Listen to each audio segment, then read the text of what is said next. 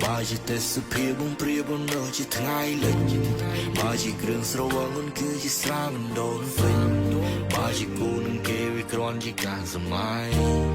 បើជាគូនឹងបងមិនដឹងទៅស្រឡាញ់តែខ្ញុំមកតស្គាល់មនុស្សប្រុសម្នាក់ហ្នឹងខ្ញុំមានសង្សារ4នាក់ក្នុងពេលតែមួយតែពេលឲ្យខ្ញុំស្គាល់ម្នាក់ហ្នឹងខ្ញុំសូមបីសង្សារខ្ញុំទាំងអស់ខ្ញុំសូមបីតែពេលដើម្បីខ្ញុំមិនដឹងមិនពេលខ្ញុំឃើញគេភ្លាមខ្ញុំមានអារម្មណ៍ថាខ្ញុំស្រឡាញ់ម្នាក់ហ្នឹងបងបើម្នាក់ផ្សេងទៀតខ្ញុំស្គាល់បងខ្ញុំស្រឡាញ់គេដែរតែខ្ញុំស្រឡាញ់តែមកផ្លែទេដែរស្រឡាញ់បងណានៅតែគ្មាននំឡើយព្រោះវានៅថ្លៃពេលនេះមិនមានអូនតែម្នាក់ស្នេហានេះអូ